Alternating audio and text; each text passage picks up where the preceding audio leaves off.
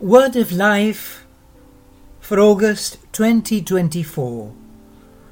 Lord, it is good for us to be here.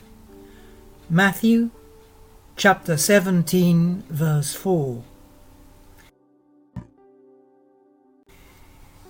Jesus and his disciples are making their way to Jerusalem.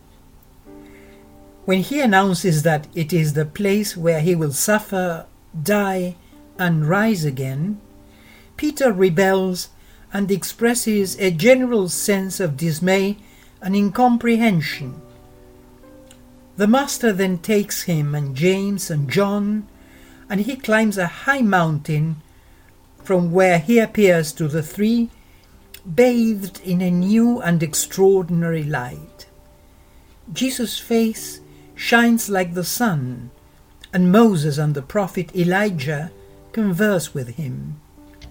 The voice of the Father is heard coming from a bright cloud and invites them to listen to Jesus, his beloved Son.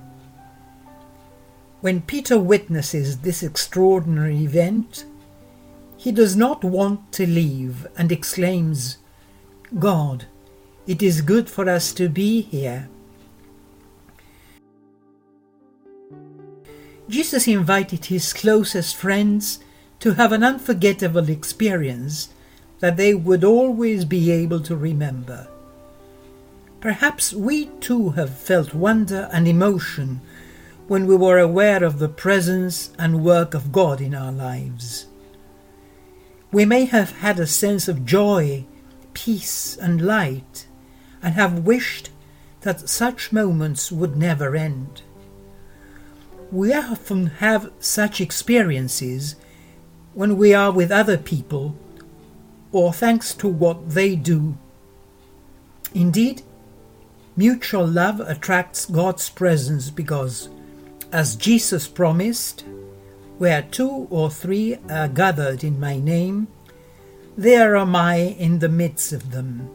Matthew chapter 18 verse 20. Sometimes, during these moments of intimacy with him, God makes us see ourselves and understand events as he does. It is as if we see through his eyes. Such experiences are given to us, so we will have the strength to make the effort and face the difficulties and challenges we encounter on our journey through life. They help us to be sure that God has looked upon us and called us to be part of salvation history. In fact, once the disciples have come down from the mountain, they will go together to Jerusalem, where crowds of people full of hope await them. But they will also meet with pitfalls, opposition, aversion, and suffering. There, they will be scattered and sent to the ends of the earth to be witnesses that our final dwelling is the kingdom of God. They will be able to start building God's house among men and women on earth, because they have been at home with Jesus on the mountain. Lord, it is good for us to be here.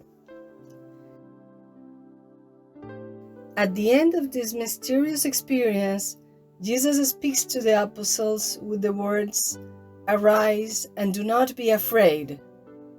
He addresses the same words to us. May we face whatever awaits us with the same courage as the disciples had.